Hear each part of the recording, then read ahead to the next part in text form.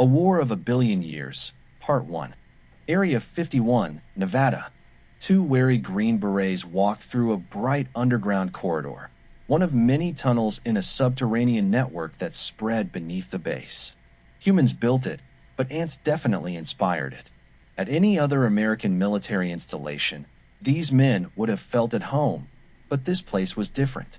Closed, unmarked doors hung on both sides of the passageway, reminiscent of a hotel hallway. What these doors kept hidden probably should stay locked up. Up ahead, a starched, jowly Air Force lieutenant general waited. The daily pettiness intrinsic to administration etched annoyance on his face. He was ready for retirement.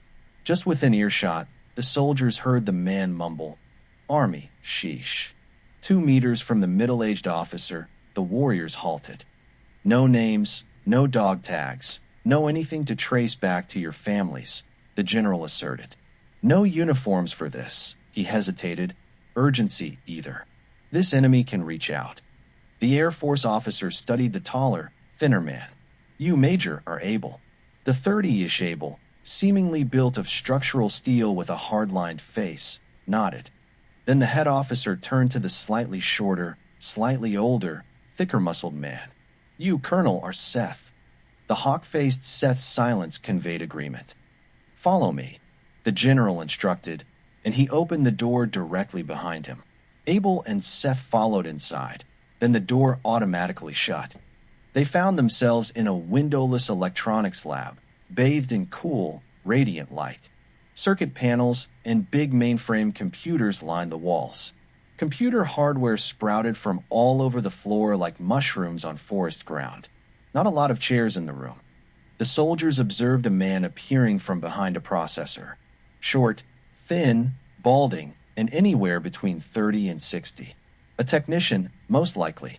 His pale skin appeared supple, almost lineless, either from genetics or from a lifetime spent indoors. He looked smart, a real Poindexter, a walking science encyclopedia, probably wrapped in a white lab coat at birth. That preliminary impression may eventually prove wrong.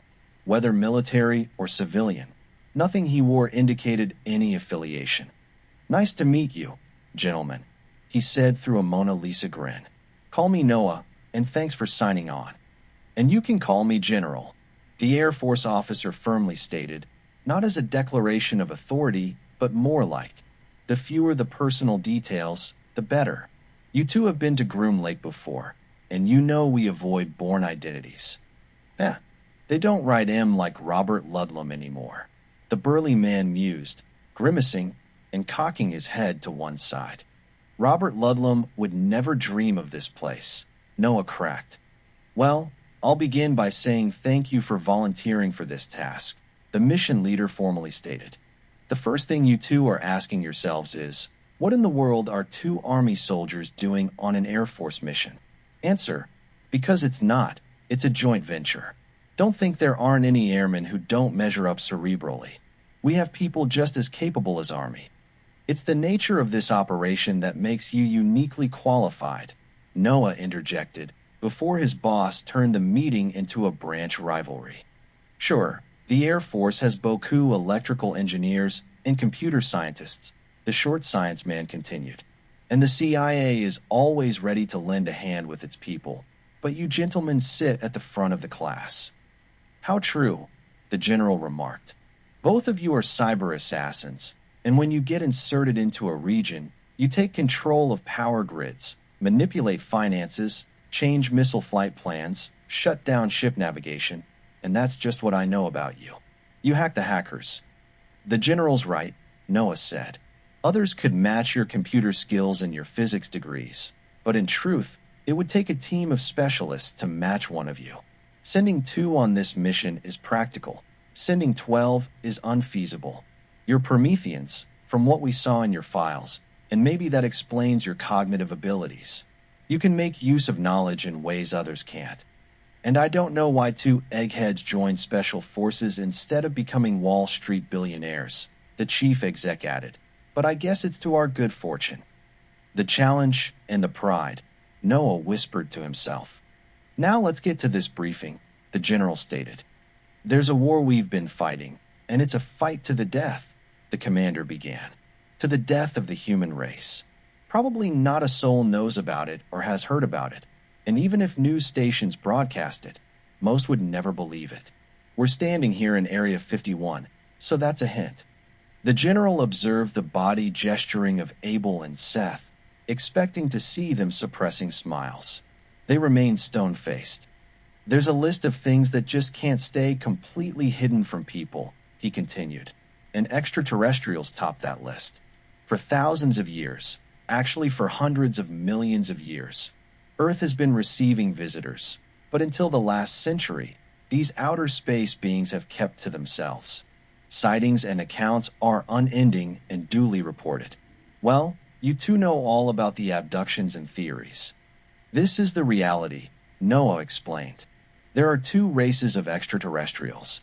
One wants Earthlings to flourish and eventually join them among the stars. The other, to humankind's misfortune, wants to see us dead. Are you referring to the Greys and the reptilians? Seth questioned. The general and Noah laughed. Keeping up on the latest conspiracies, are you? The base director quipped. Well, what else could you be talking about? Seth deduced.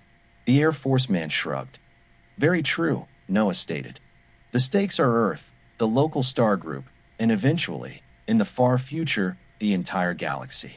What species will rule the heavens, the mammals, or the reptiles? That future, the general clarified, is to be decided on Earth. Mammalian humans are the key. If we stay dominant, then the mammalian Greys will ally with Earthlings. The nature of the Greys and humans is to coexist with other species. Who knows? Maybe we bore ourselves. If we come out on top and maintain the upper hand, humans will share the planet. If the reptilians find victory, however, every mammal on Earth and throughout the galaxy would get eliminated. That's their nature. Any questions before you meet a few of our friends? The Air Force officer asked. Abel and Seth said nothing. Noah, the general said, please do the honors. So, gentlemen, Noah began. Not only is Groom Lake an Air Force base, but it's also a resort for interstellar vacationers. The French Riviera isn't for everyone. We serve corn dogs, and they don't. You'd think more outer space aliens would stop by for the cuisine. The base director rolled his eyes at Noah's shtick. Let's get on with this, the Air Force man almost pleaded. Okay, Noah obliged, giggling at his own joke. We would like you two to meet our friends, allies, and the best shuffleboard players at Area 51, the Martians. The general emitted a low ugh and shook his head in disgust. Okay, Noah said. The general and I would like you two to meet our allies. Noah walked over to a door concealing an inner room and opened it. A few seconds later, 3 small humanoids stepped from that dark room and into the fluorescence of the larger electronics lab. Each could have been mistaken for an elf. They weighed little and had stiff knees and bouncy gaits, probably making them naturally lousy dancers. It's no wonder fairies never invited elves to their dances. Then again, if these extraterrestrials' bobbly, bulbous, bald heads were orange, they could pass as jack-o'-lantern demons, provided they wore flannel shirts. At their introduction, Seth and Abel looked into eyes resembling large, black sunglasses. Martian, skin seemed cadaveric and as gray as the North Sea, as if cold water took humanoid shapes. Jumpsuits, or flight suits, covered their bodies and matched their skin color. No insignias or symbols distinguished a ranking system. These otherworldly faces showed no emotion, as if they didn't have the facial muscles for expression. And there, after a pause, among the circuitry and oscilloscopes, 2 humans and 3 Greys broke the ice. Abel, Seth, the general said, I'd like you to meet Alpha, Beta, and Gamma of the Zeta Reticuli star system. The extraterrestrials and Terrans nodded to each other. The slight variations in the Reticulans' appearances made them distinguishable from each other. The war came to Earth about 320 million years ago, Noah broached. Evolutionary biologists have been gathering clues and analyzing the evidence for centuries. They think they're uncovering the long-buried ladder of terrestrial origins, which could qualify as a half-truth. The other half of this truth, though, is that they're also uncovering the origins of a still raging battle on Earth. In true science fiction story form, Earth is the pivotal battleground that will at long last conclude an interstellar war that started over 1 billion years ago. These scientists have yet to connect the dots. This war began 12 light years from Earth. The general followed. It is not a war over which is the true God, political ideologies, or opposing philosophies. This conflict is purely biological, because even among the stars, each species has the same biological imperative: expand and thrive, colonize your environment, then dominate it. It is no different for the fungi growing on dead trees than for the interstellar species exploring and colonizing their star clusters and beyond. The gray, known as Alpha, spoke next. His big eyes appeared narrower than the others, and he had the smallest ears. The star known to Earthling astronomers as Teegarden's star came first, he said in a rasping and unmistakably masculine voice. It is an 8-billion-year-old brown dwarf that smolders at less than half the surface temperature of your sun. It bathes its closest orbiting planets with warm infrared radiation. Any planets beyond its narrow habitable zone rotate as frozen rocks. Teegarden's star has been stable and unchanging all its life, which has kept its planets in the same state for the past 8 billion years. From that enduring consistency, life emerged on its second planet, Teegarden B. It is a tidally locked world with a story as long as its existence, Gamma said. Taller and slightly thinner than Alpha, Gamma's poetic descriptions and operatic voice surprised Abel and Seth. Life awakened on the side facing its star. That land perpetuated as a realm of humid swamps and exotic flora basking in never-ending red twilight. The ambient temperature for most of Planet B's 8 billion years hovered a few degrees above Earth's hottest rainforests. Earthlings would call it inferno, but to the intelligent inhabitants of this spherical sauna, they lived on the 9th level of Paradiso. Planet B received the same amino acid-encrusted meteorites as Earth, Gamma continued, but in Teegarden's case, 3.5 billion years sooner.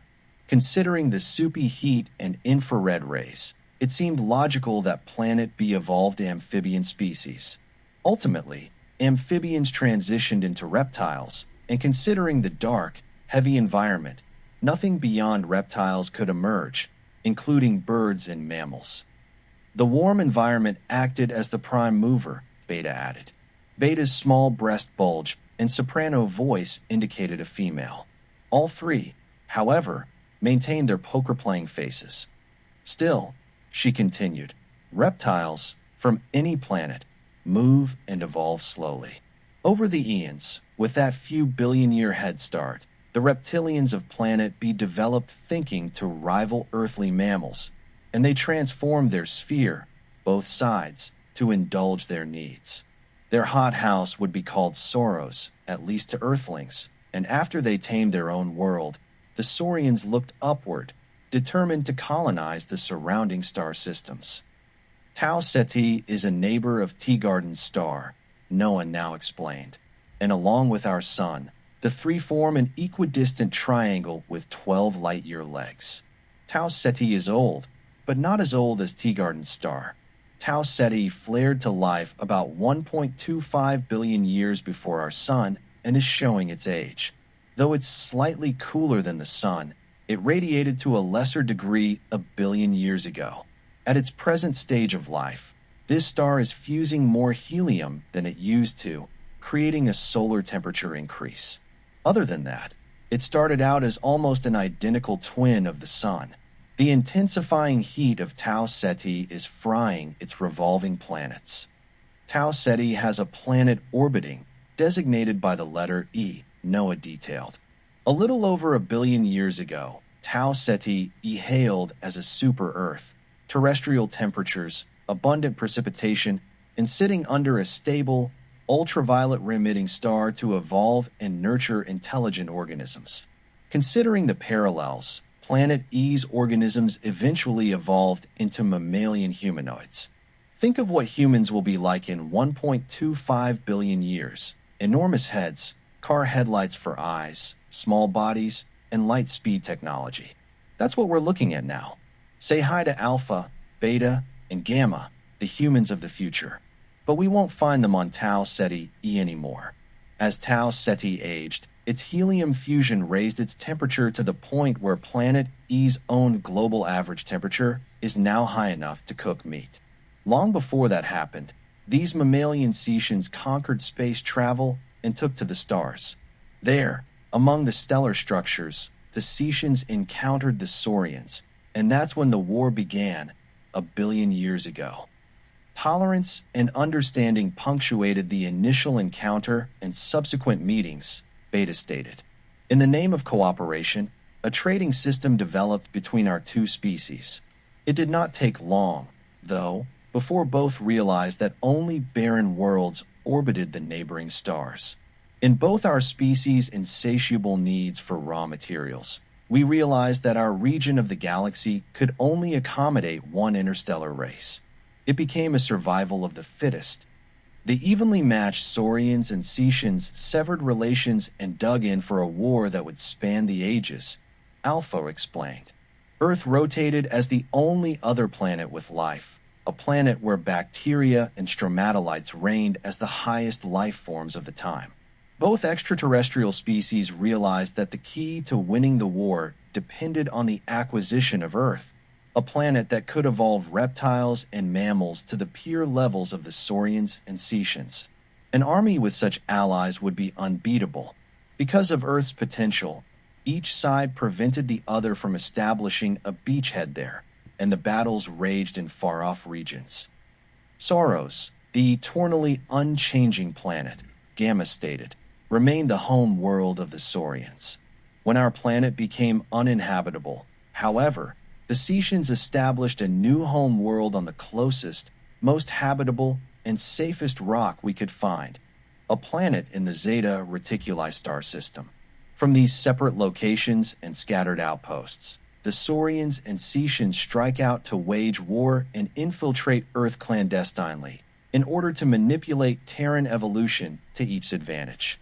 And despite the passing eon since we left our original star system, we still identify ourselves as Tau Saurians, the place of our birth. The first successful campaign to Earth occurred just over 320 million years ago, the general stated, and allegedly unknown to the other. Both landed on different continents, deep in the swampy forests of the Carboniferous. It amounted to a medical procedure, and both planted their genetic seeds into the highest life forms on the planet, the amphibians. May I mention, Alpha said, his voice rising to a tenor gravel, a variance in that scenario. At that long-ago time, opposing sides reached Earth simultaneously, and both knew of the other's presence. Rather than a harsh conflict that would have destroyed any future tactical advantage, Earth's organisms, we avoided each other. Alpha's face managed a slight smile. We both thought along the same lines, he added. The Saurians implanted reptilian DNA into several species of amphibians, and the Saurians implanted mammalian DNA into other amphibians. Alpha looked at the base commander. Just as you said, General, the alien confirmed. And so, Beta continued, about 320 million years ago, several species of amphibians began laying amniotic sauropsid eggs and hatching proto-reptiles. Other amphibians produced amniotic synapsid eggs, which hatched into proto-mammals. The Saurians thought reptiles would eventually dominate your planet and force the synapsids into extinction. We Saurians believed in the opposite and thought the proto-mammals would dominate. You're saying that mammals on Earth didn't evolve from reptiles? Seth asked, and a slight confusion peeked from behind his stoic expression. Correct, Noah confirmed. The evolutionary beginnings of reptiles and mammals began concurrently with the amphibians. The cold-blooded reptiles and the warm-blooded mammals then developed independently. Reptiles never appeared on Ceti E, Gamma boasted. From fish to amphibians to mammals. There never spawned a need or was dug an excrement hole for reptilian folly. Gamma's anger smoldered. Technology and even intelligence may have advanced over a billion years, but emotions stayed erratic, forever moving from primitive bloodlust to the highest levels of altruism all in the same day. That partially explained the interstellar war. The synapsids quickly dominated the Earth, Noah added. The mammals, or should I say proto-mammals or stem mammals, grew bigger and smarter than the contemporary reptiles. While the reptiles remained small, scurrying lizards, the synapsids grew large. The Permian period, about 290 million years ago, gave us the likes of Dimetrodon, an ugly, sail-fin monster that squatted at the top of the food chain. Eventually, the Dimetrodons and the other synapsids transitioned into the Theriodonts, furry proto-mammals that included the Gorgonopsids. The Gorgons roamed the Permian and were about as big and nasty as the Dimetrodons. All this while, reptiles stayed small and lizard-like. The mammals won, and the time arrived to move ahead. But the Saurians thought otherwise and launched their major offensive, the military man revealed. Geologists and biologists call it the Permian extinction. Some call it the Great Dying. Call it what you want. But 250 million years ago, the Saurians erupted the Siberian traps, and the resulting sulfurous gases and carbon monoxide killed off every proto-mammal, except for the beagle-sized cynodonts. The reptiles didn't fare too well either, but the Saurians made sure the archosaurs survived, the dinosaurs, and they took over for 180 million years. The Saurians detonated the Siberian traps? Abel asked, how? This is the end of part 1. A War of a Billion Years is a novella included in the book The Coming of the Seraphim and Other Stories by Frank Dunn and available on Amazon.